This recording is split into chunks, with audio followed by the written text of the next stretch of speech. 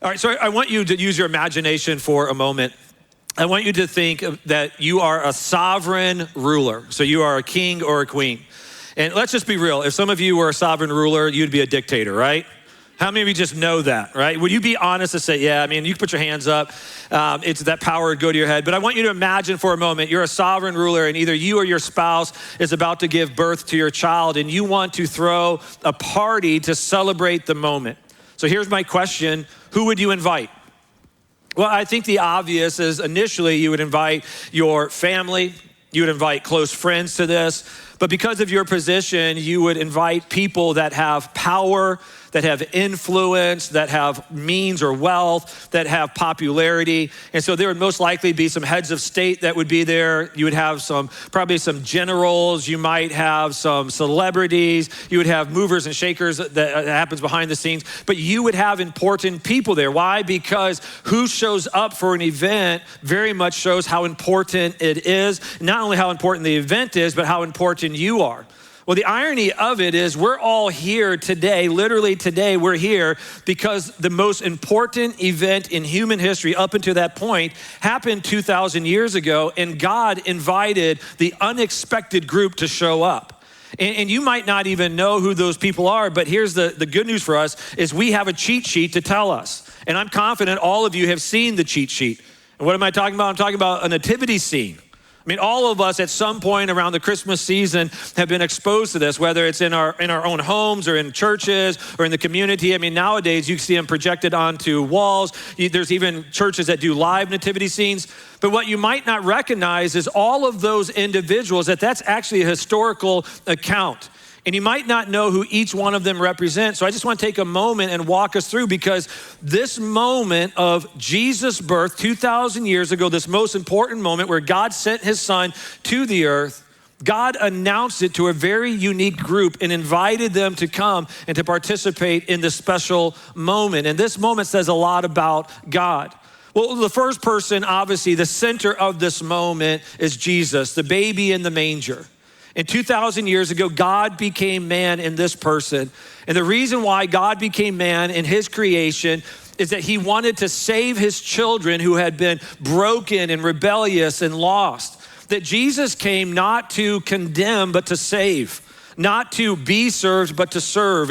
And he came so that he could model for everyone what true life looks like. But he also came to save us from the very thing that kept us from being in a relationship with God, our sin.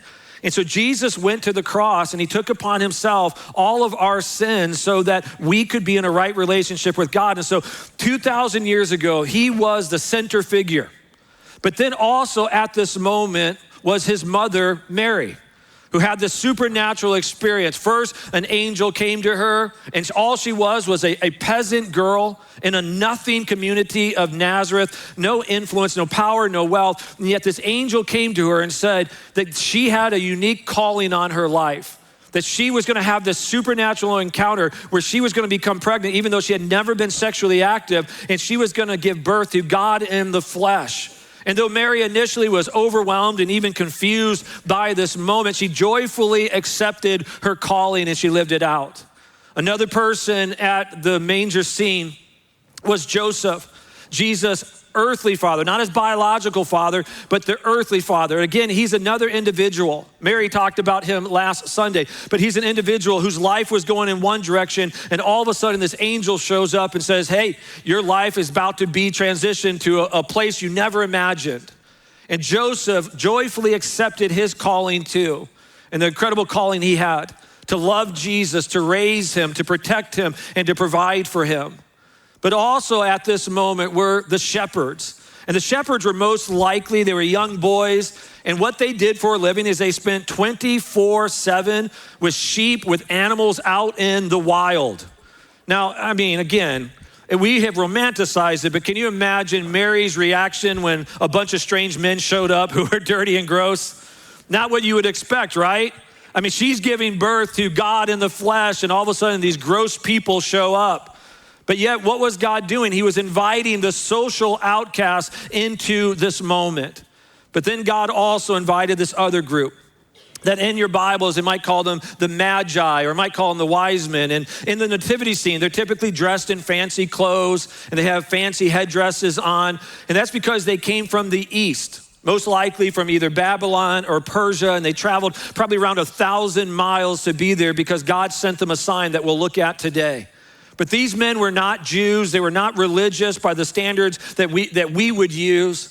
But God drew them because he was showing that even the spiritual outcasts are invited into this moment. And when you think about it and you look at this incredible compilation of people, the unexpected, the down and out, the non-influential, the non-powerful, why is it that all of them were at the most important moment in human history 2,000 years ago? They were there because God wanted them there. And the reason why I say that is I want to ask you a question for you to wrestle with in your mind. Why do you think you're here today? Now, you might, the quick answer might be, well, Matthew, we attend the Tree and this is what we do, so we're here because we're part of this community. And that's not a wrong answer, but it's incomplete. Or you might be here because this is kind of what you do around Christmas time. You look for a traditional environment, though I don't know I would say that we're traditional, but you look for an environment where you can sing some Christmas carols and hear the story of Christmas, and this is what your family does. And again, that's not wrong, but it's incomplete. Or you might be here because a friend invited you and you wanted to honor them, and so you were open, and so you're here because of them. But here's what I want you to actually understand. The complete answer is you're here today because God wanted you here. You might not recognize it, but God wanted you here to hear a message that he has been proclaiming for 2,000 years. A message that he wants to be in a relationship with you, that he is a relational God, an inviting God, and he's calling anyone who will be open to come and to join in a relationship. And this is what we're gonna look at today. We're gonna look at that last group that I mentioned, the Magi or the wise men, and I might use either phrase today. This group, and from their story, we're gonna see that there are 4 powerful truths that God communicates that he started 2,000 years ago declaring to the world, and he still declares today. And so we're gonna begin by looking in the book of Matthew in chapter 2, verse 1. It says, now after Jesus was born in Bethlehem of Judea, in the days of Herod the king, behold, wise men or Magi from the east came to Jerusalem. So let's just pause there. And so there's a couple of characters that we're introduced to that I want to explain who they are. So this is 2,000 years ago. And in the Middle East, specifically in the area where Israel was, they had a ruler named Herod who was the king, and he actually had a nickname. His nickname was Herod the Great. And the reason why he had that nickname is he had incredible power and influence in that region. And even though he was reigning under the permission and authority of Rome, in that region, he ruled with an iron fist. And he had some incredible construction projects that he did under his reign. And so he really had an incredible reputation. But when you study him in history, you'll discover that he was also paranoid. He was brutal, very violent, and he was obsessed with maintaining power.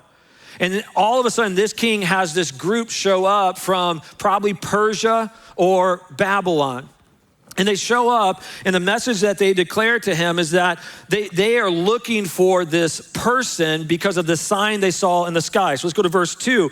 It says, where is he who has been born King of the Jews?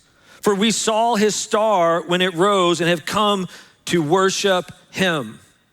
And what they tell Herod is that something supernatural took place. That as they were studying the stars, they looked up and they saw a star that had never been there before because God put it there. Now, when you look at this group, what's fascinating about them is that they came from this region, and there's a good chance, a likely chance, that they actually had access to the sacred scriptures of Judaism, so the Jewish scriptures.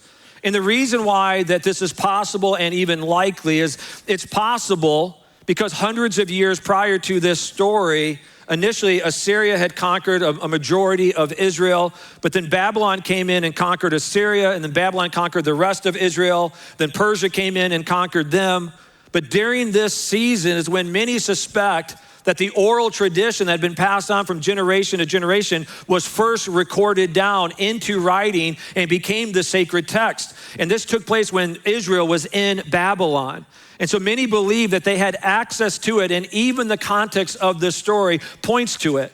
in that these individuals, the Magi, who would have been astronomers, would have been individuals who very much had an open heart, searching out the spiritual, searching out the supernatural, and they would have studied sacred texts that this one day when all of a sudden in the sky, there is a star there that has never been there before, it is likely that they then went to the sacred text to try to find an answer. And what they discovered in the writings of Judaism, the Jewish scriptures, is that there were all these prophetic promises of God that he would send a Messiah, and they connected those two, probably by the leading of the Holy Spirit. And so they went on a journey. And so they show up to talk to King Herod, and they said, where is he? I mean, probably just making the assumption everybody's looking for him. You've had to have found him by now, but where is the King of the Jews? And here's the first truth I want to show us today, is that God uses signs to get our attention. The star was God's way of pointing to something greater, but not everyone saw it and not everyone understood it. But this group did. And I want to make a confession. I want to tell you about something that I think I have been wrong on almost the entirety of my life, but now I think I'm correct, but I'm not sure I'm correct, and so we're going to vote on it in a minute, okay?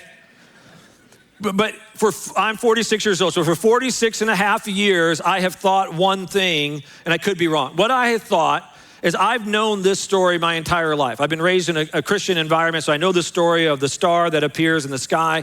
And what I've thought my entire life was that the star in the sky was a sign to the entire world of Jesus' birth.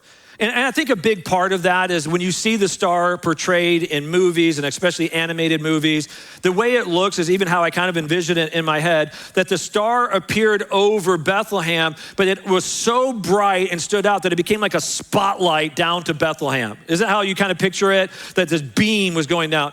Most likely that's not the case. It was simply a star in the sky.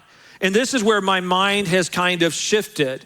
I used to think it was a sign for everyone, but I'm not so sure now. And the reason is now I want to ask you a question.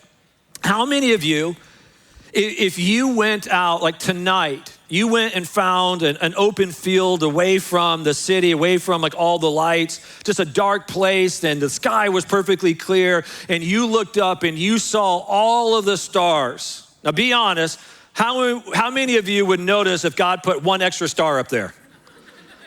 I'm being serious, man. Raise your hand if that's you. I mean, if you're an astronomer, this is the moment you've been waiting for. So throw your hand in there. Anyone in this room would recognize one star out of place. What I suspected, no. And so the reason why I'm saying that is I don't think it was a sign for everyone. I think it was a sign for them. I think God was calling them specifically because who would be the only people to notice a new star in the sky? People who studied it. And the reason why that is so important and why that touched my heart, now let me just pause. I promised you this. I'm gonna take a vote. How many of you think I'm right? It was assigned to them. How many of you still think I'm wrong? Just curious. I saw a hand. Someone actually raised their hand. That's cool. Everyone's entitled to their own wrong opinion. I mean, that's good. No, but what touched my heart about this is I really do think it was assigned to them. But what it shows me is that God is still using stars, not in a literal sense, but he's using these things to get our attention. He's speaking to us individually, that he's drawing us. And you might hear that and think, I don't know that I would say that God has put signs in my life, but I would push back and say, I think he has. Because from what I understand from personal experience and what I understand from the word of God is that God is consistently trying to get our attention. And he just does it in ways that sometimes we're so distracted, we don't realize it's God in our lives. Like I'll give you some examples. Have you ever had a moment where something happens and initially you think, oh, what a coincidence. But the more you think about it, the more you realize there's no way that's a coincidence. I mean, for that to happen, for that person to say that one thing at that right time, for that door to open, for that door to close, for all these things, and you think there's just no way that can be a coincidence. Is it possible that it's not a coincidence, that it's a star, that it's a sign from God to you? Or maybe what the sign is in your life, maybe it's a disruption. Because I know in my life, when disruptions happen, it just feels like life was predictable and then now all of a sudden something shifts. That for me, disruptions create a space for questions to be asked that maybe before I was too busy and I was just going through life, but when all of a sudden something disrupts my norm, It just kind of like strips away everything that's not really of value. And it causes me to reflect. It causes me to ask questions. And so maybe that's what you're going through in this season, where all of a sudden there's a disruption. Maybe you got a negative health report. And so all of a sudden your life is just flipped upside down.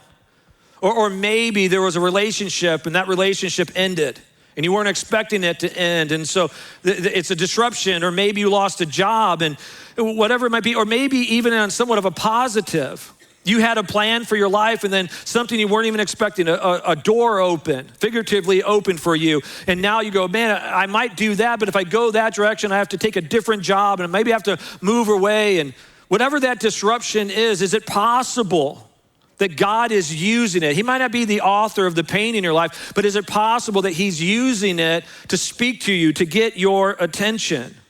Or maybe God has brought a person into your life. And the person he brought into your life, he's using them to speak to you, to encourage you. That maybe they just said something to you and you just think, man, like they have no idea specifically what I'm going through or the fullness of it, but yet those words spoke exactly to that situation. I mean, how in the world could they know that? I mean, maybe a friend reaches out and texts you and just says, hey, I want you to know God put you on my heart right now, so I'm praying for you right now. And you just go, man, how did they know that I'm going through this? And you realize that's a coincidence, but is it more than that? Is it a star that God's using to get your attention? Or maybe for you that are of the faith, maybe you're reading the scriptures, and as you read the scriptures, maybe it's one that you've read before, but yet for some reason, this time it stands out to you. And maybe you just can't shake it, and that scripture just stays in your mind and heart over and over. Or maybe you hear a sermon, and maybe it could even be on a topic you've heard before, but for whatever reason, God is using that sermon to just grip your attention, and you think about it every day, and you think about it throughout the week. Or maybe it's a moment of awe or wonder or a moment of love. Maybe you go to a place and you've never been there before and you see a mountain for the first time. It's beautiful and there's just something stirs in your heart. Or you see a sunset or a sunrise. Or you see the beach or the ocean or trees or forests, and there's just something in your heart that goes, man, this feels like it's more than just an accident, that this has to be created, and there's just something stirring inside of you. Or maybe it is love. I've had these moments in my life, and they're some of my most cherished moments and memories, where I can't even explain it. I'm just going about my daily routine, and all of a sudden, I just feel loved like I can't even explain. And I know the context of it, that it's God confirming it in my life and heart, but you just feel those emotions. Is it possible that the things that, because you're so busy and so distracted, you're missing the signs that God has placed in front of you? Are you open to see? Are you open to receive? Because I know for me, there's a sweet couple in our church that are just so encouraging to me. And I have communication with them through texting, through email, through face-to-face communication. And I don't think I'm exaggerating when I say this. Almost 100% of the time that I communicate with them, they're explaining to me the different things that God has revealed, showed them, spoke to them. And every single time, do you know why they're seeing this in their everyday life? Because they're both open and seeking to find God's voice in their life, to find the signs from God in their life. Is it possible that's what God's trying to do in your life? Is God trying to get your attention? Is God even unsettling something in your life? What I've heard pastors refer to as a holy discontent. Unsettle things in your life just so that you'd be open to his voice speaking and guiding you. Because I know for me personally, in my story, when I was younger, I had my whole future planned out. I wasn't a super big planner in general, but I kind of just had my natural plans. I knew I was going to go to Bible college, and then after, I just assumed I would go on staff with my dad at his church because he was a pastor. And then at some point when he retired, I would take over because my life was in Detroit. I was raised in this church I loved, and it seemed like in many ways that was going to be my future. But yet, when I was working for my dad after Bible college, all of a sudden where it began is God just unsettled my spirit for some reason. All of a sudden, a job that I loved, working with a group of people that I loved, I was in youth ministry. All of a sudden, in a season, I became unsettled. And then in the next season, I went to a pastor's conference for youth pastors. And while I was there, just in the middle of listening to another pastor preach, God just simply spoke to my spirit a simple phrase. He said, be prepared to take a step of faith. And God just prepped me, and I didn't even know what that meant. And so I went home and I told my wife, and we began to think about it and to pray about it. And then a few months later, out of the blue on a Sunday afternoon, God said, today's the day. But he didn't even give me the next step yet. And so he just spoke. It was another sign from him. And so the next day I began the process of just researching some possibilities of some steps he might have for me. And shortly after that, he opened the door to move from Detroit to Lancaster, Ohio, to this church to take the position. That was 21 years ago. And when I look back on it, I say, well, how did that happen? Because I would have never thought 30 years ago that I would end up in Ohio. How did it happen? God just kept speaking along the way. And is it possible God's doing the same thing in your life? But we have to be open to receive it. These men were open. They saw the sign and they ran after it. And so the story continues. It says when Herod the king heard this, what did he hear? He heard that they were searching out the next king of Israel. Remember, that's what they came and asked. When Herod the king heard this, he was troubled, and all Jerusalem with him. And assembling all the chief priests and scribes of the people, he inquired of them where the Christ or the Messiah was to be born. So let's just pause. So Herod's troubled because he sees this as a threat. So he gets the religious leaders together, the chief priests and the scribes. And I say this without any exaggeration. These guys would have known the scriptures better than anyone else alive. And he gets them and says, okay, these guys are searching out the Messiah, the next king of Israel. Where do the prophetic words say that he'll be born? And so they answer and they told him in Bethlehem of Judea. For so it is written by the prophet, and then they quote the prophecy. And you, O Bethlehem, in the land of Judah, are by no means least among the rulers of Judah. For from you shall come a ruler who will shepherd my people Israel. Then Herod summoned the wise men secretly and ascertained from them what time the star had appeared. And he sent them to Bethlehem, saying, go and search diligently for the child. And when you have found him, bring me word that I too may come and worship him. Now, he had no intention of worshiping him. He wanted to kill him, as history would prove. After listening to the king, they went on their way. And get this next part. And behold, the star that they had seen when it rose went before them until it came to rest over the place where the child was. When they saw the star, they rejoiced exceedingly with great joy. And so here are these guys, they're seeking out. They saw the star, and then they just headed out in that direction. And at some point, the star disappeared. But they knew the direction they were going, and so they were seeking, and they get to this place, and they asked them about it, and they said, no, it's going to actually be in Bethlehem. And so they're like, awesome. Then the next place we're going is Bethlehem. And when they go out, what does God do? God puts the star once again in the sky to guide them. But what did they have to do? They had to take steps of faith. And here's the second truth. God reveals so we can respond. I'll say it again. God reveals so we can respond. He's putting a sign out there as an invitation, but we by faith have to respond to where God is leading us. And you look at all those who discover this truth, they all responded differently. King Herod had an opportunity to meet God in the flesh, and instead he saw him as a threat, and so he closed his heart to him because he felt threatened.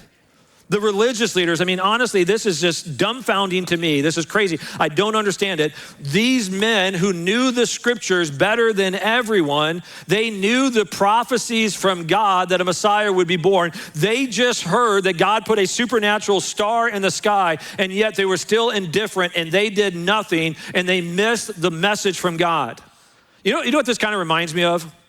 Have you ever sent a text to someone who has read receipts and you see that they read the message, but then they don't respond? All right, let's be honest. Again, it's a safe place. How many of you, that just invokes rage inside of you? Be honest. Yeah, it's a little frustrating, isn't it? I'll tell you where it goes to the next level for me is when you send it, it says they read it and you're looking and then you see those 3 dots. And then like you're waiting and it's like 5 seconds, 10 seconds, like 30 and it's still there. Then all of a sudden they disappear. And no message comes, and you're like, I want to know what you were writing. Anyone else feel my pain? Okay. How many of you worry that I have anger issues? I'm just curious because I know as I tell these stories, it makes me sound that way. But in this, God sent them messengers. What's the word? You know what I'm saying. All right. Messages, no N in there. Messages, there we go. God sent them to them and they received, but they didn't respond. And so the question for us is, as God is sending the signals in our lives, is he putting the stars in the sky and he's calling us, are we willing to take those steps of faith? And that's the challenge for us today. What is the step of faith that God is putting in front of you? And I just want to speak this boldly to you. For some of you, you've never entered into a relationship with Jesus Christ. You've never fully surrendered your life to him. And I want you to know that this is the step of faith that God has for you today. And I think you're probably even sensing it, because I know how our God works. He is a relational God who draws us and stirs us in our minds and hearts. And if I had to guess, I would say for some of you, when you came through these doors, you can't even explain it. As the music started, you started to feel something that you couldn't put to words. You started to feel emotions and feelings that you're like, what is going on? I've heard these songs before, and something began to stir. And then as I began to talk and proclaim these words, something else began to stir inside of you. And let me tell you this, it's not the songs and it's not my words. What you're experiencing is the life-changing presence of a loving God. A God who wants to be in a relationship with you, who has ordained your life in such a way to bring you into this room at this moment to hear this message because he loves you. And he wants to enter into a relationship with you. But what he's calling you to do is to take that step of faith, that step of surrender of your life. And I'm not going to sugarcoat this in any way. What he's calling you to do is to surrender everything to him. And he will radically change your life. He will change how you think, your priorities, your goals. He will change how you invest your resources into the world. He will change how you respond to people who are evil. He will change everything about your life. But what he'll change it to is something better than the world could ever offer you. It's true life. And so for you, what God's calling you to do today is to make a decision to surrender your life to him. And before you leave, some of you will do that today. And when you do, all of heaven will celebrate. Because that's what scripture tells us, that heaven is fully aware of what's going on earth. And when one person is saved, it says all of heaven throws a party, it celebrates. But for some of you, what God's calling you to do today is something specific. At some point, you've made that surrender in a general sense, and I don't say that in any way to demean it. I'm just saying in a general sense, you've surrendered your life. But now God is speaking to you, and he's saying specifically, this is what I want you to do. I want you to start this, or I want you to stop this, or I want you to do this or to do that. And you know God's voice is speaking to you. And today's the day to respond, because faith, it requires surrender. Faith requires steps of faith. And following Jesus always requires movement in our lives. I think about it even in my own life. Do you know something that's true of me, and I would imagine is true of you? I never have to be commanded to be comfortable. Anyone else? Like I've never had God say to me, Matthew, go get a pizza, go home and binge a show. Because I can do that on my own, right? I would love for him to do it. If he did, I'd be like, thus saith the Lord, I'm doing it right now. I will receive that prophetic word. But you know what God does instead? Is he calls us to discomfort. He calls us to places we probably wouldn't naturally go. Why? Because our flesh doesn't want to naturally do that, but he wants to call us to a place of faith where we have to trust in him. And I look back even in my own life, all the things that God has called me to do, all the ways that he has drawn me, it's always taken me to a place where I was uncomfortable. When to leave college and to go back to Detroit, and then to leave Detroit and to come here, and every season, but every aspect of it. I mean, to forgive someone who has hurt you, that's uncomfortable. To love the unlovable, it's uncomfortable. To surrender your talents, your time, your finances to God, it's uncomfortable. To surrender your kids and your marriages and your future, it's uncomfortable. But what God promises is on the other side of that is a perfect plan for your life. And so these guys responded. They took these steps of faith. But do you know what else this story shows us in such a beautiful way? That outsiders are welcomed by God. That outsiders are welcomed by God. Do you know that these men, I want you to think about this for a moment. These men, these magi, they were astrologers and they probably were some form of priest, but just not priest of God. So they were not God's priests, they were not God's prophets, they were probably worshiping other false gods. So they're Gentiles, they're non-Jews, they're completely foreign to the covenant relationship that God has with Israel. But yet I want you to think about this for a moment. They were invited by God, guided by God, and welcomed by God to meet Jesus. These men, again, don't miss this. These men that by every standard that you would use are spiritual outsiders. God sent a sign to them, men that are 1,000 miles away physically, but 10,000 miles away spiritually. God sends them a sign in the sky, guides them all the way, and then introduces them to his son. Why? Because God wanted the world to know this truth. All are invited into a relationship with him. That's the value of our God. He loves you. So no matter what standard you use to disqualify yourself, I promise you this, God is not using that standard. Whatever statement you tell yourself, I'm too bad, my family was this way, I'm too this or that, I just promise you God is not saying that.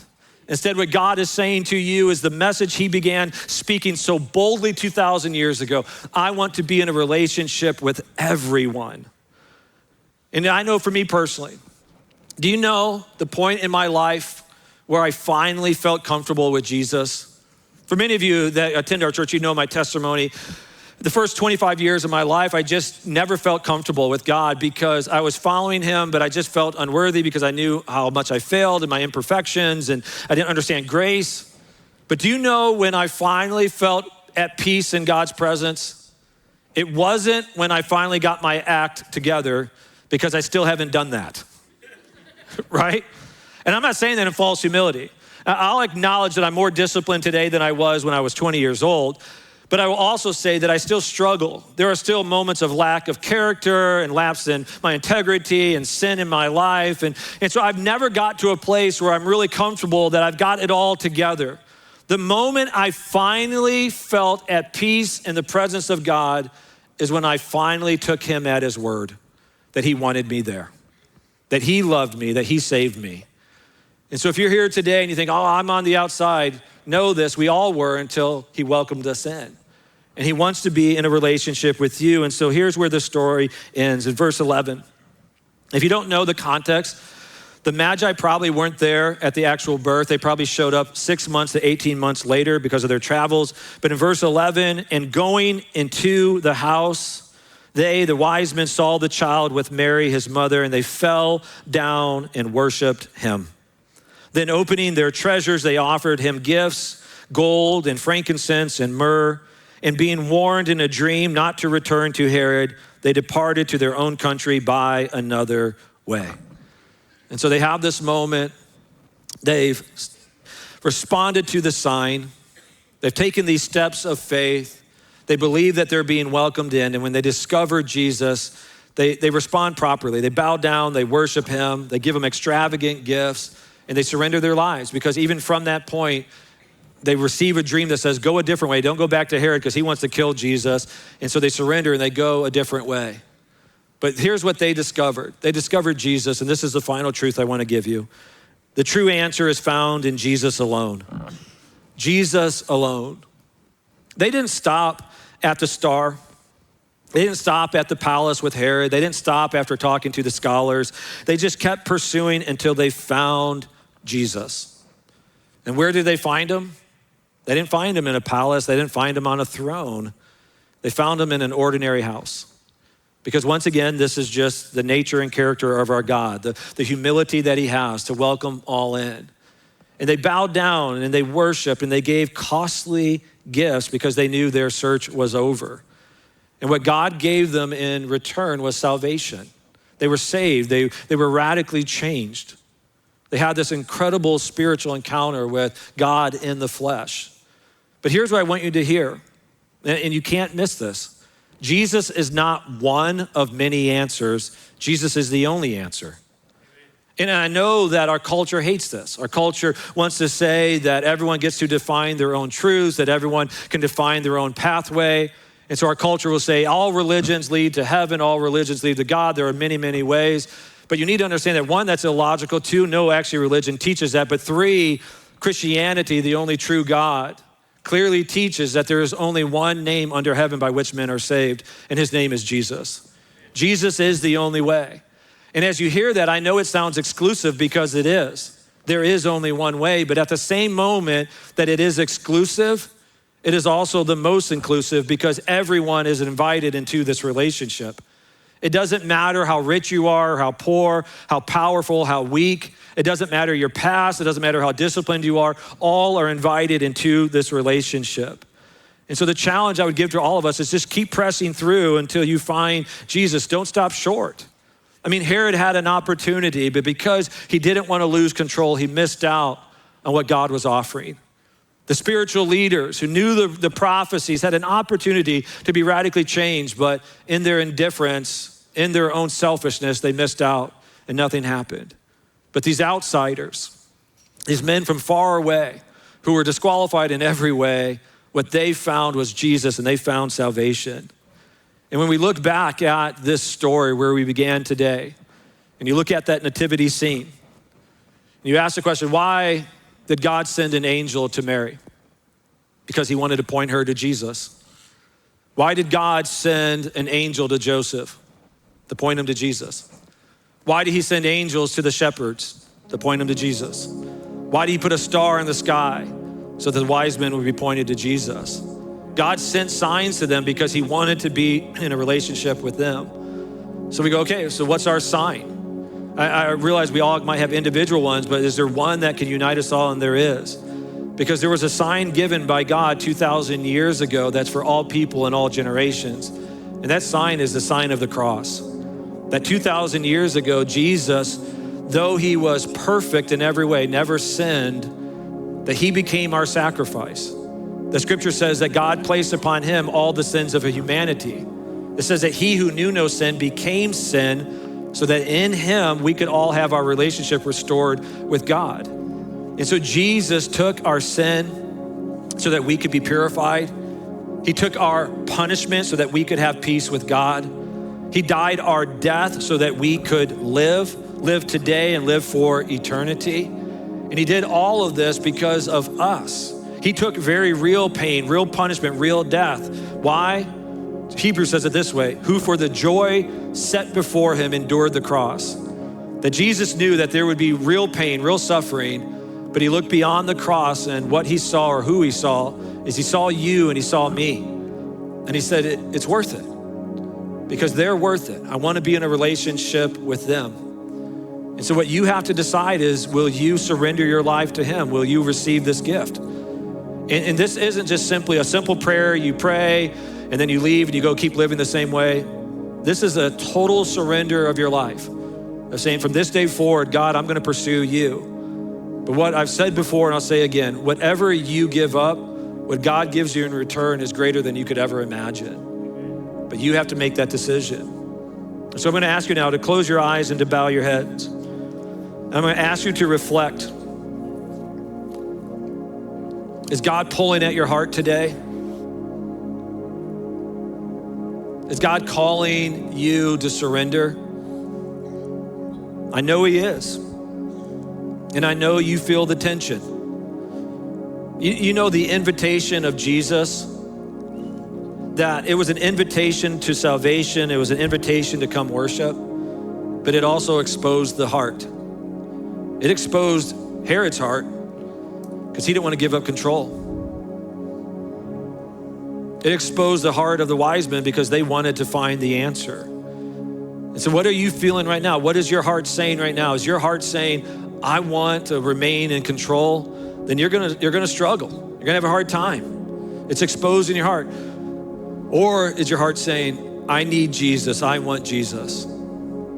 If that's what your heart is saying, today is the day. Surrender, trust in him. And in a moment, I'm gonna pray, but I'm just gonna ask you now to begin to pray in your own mind. You don't have to say the right words. You don't have to have some poetic prayer. Just begin to speak to Jesus in your mind and heart saying, I surrender my life to you. I wanna enter into a relationship with you. I need forgiveness of sins. I need your Holy Spirit in my life. And God will honor that. God knows your heart and he will meet you there. Jesus, right now in this room and online, people are surrendering their lives to you. And we thank you because it's only because of you that can be true. And right now, as they surrender their lives, we thank you that you're forgiving their sins, that you're sending your Spirit to fill them, to give them peace, to give them comfort,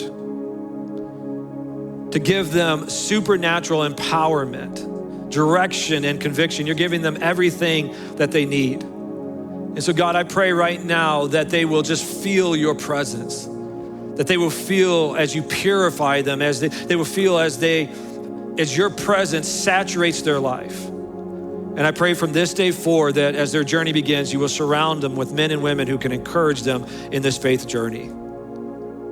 And God, we are so thankful that you are a God who has always saved and who continues to save. And to you we give the glory. While your heads remain bowed, I just want to ask you for a physical response because I want to give you a moment to respond. If you have made a decision today to surrender your life to Jesus, will you raise your hand all across this room?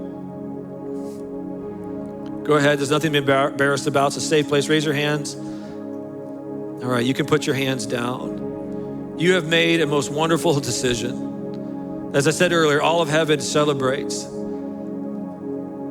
Church, can we just celebrate with them for a moment? And you can raise your heads now.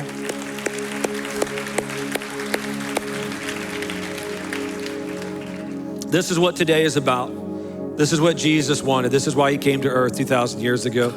So will you do me a favor? Will you stand? We're going to take a moment and celebrate Jesus and what he means. We're going to do it through worship.